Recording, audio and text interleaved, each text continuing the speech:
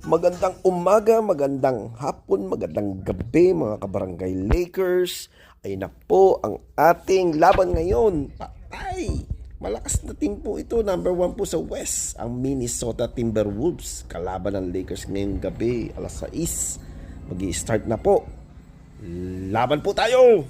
Wala pa si Lebron, hindi maglalaro. Tingnan po natin. Lapit na!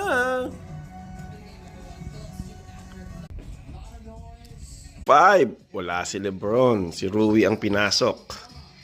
Yan. Yan. Ang Timberwolves. Grabe. Magagaling yan ngayon. Sila ang number 1. Game. Ayan na po. One friendly game lang to. Yan na po. Yes. Aha. Nakuha ng Timberwolves ang unang laban. Game na po.